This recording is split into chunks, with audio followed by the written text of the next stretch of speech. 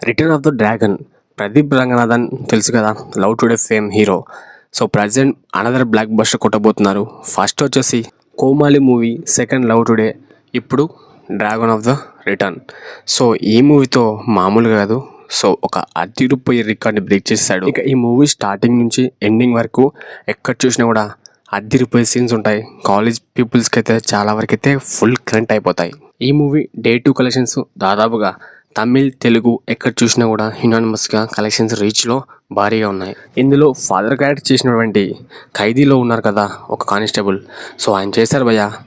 So best supporting character అని చెప్పవచ్చు. అదిరిపోయే సీన్స్ ఉన్నాయి. ఇక ఈ మూవీకి క్లైమాక్స్ అదిరిపోద్ది.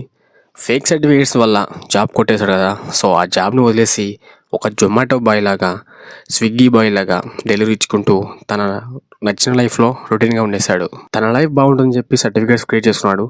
బట్ వేరే వాళ్ళ లైఫ్ను గుంజుకొని తీసుకున్నట్టు అనిపించిందని చెప్పి ఆ సర్టిఫికేట్ని అతనికి ఇప్పించి అతని జాబ్ కొట్టే విధంగా చేసి ఇప్పుడు ఆయన సొంత కాళ్ళ ఇవ్వాలని చెప్పి చేశాడు లాస్ట్లో. సో ఎనీవే, లైఫ్ పోవచ్చు ఉండొచ్చు, బట్ కానీ మనం వేరే వాళ్ళ లైఫ్ నుంచి గుంజుకొని తీసుకోవడం మాత్రం కరెక్ట్ కాదు.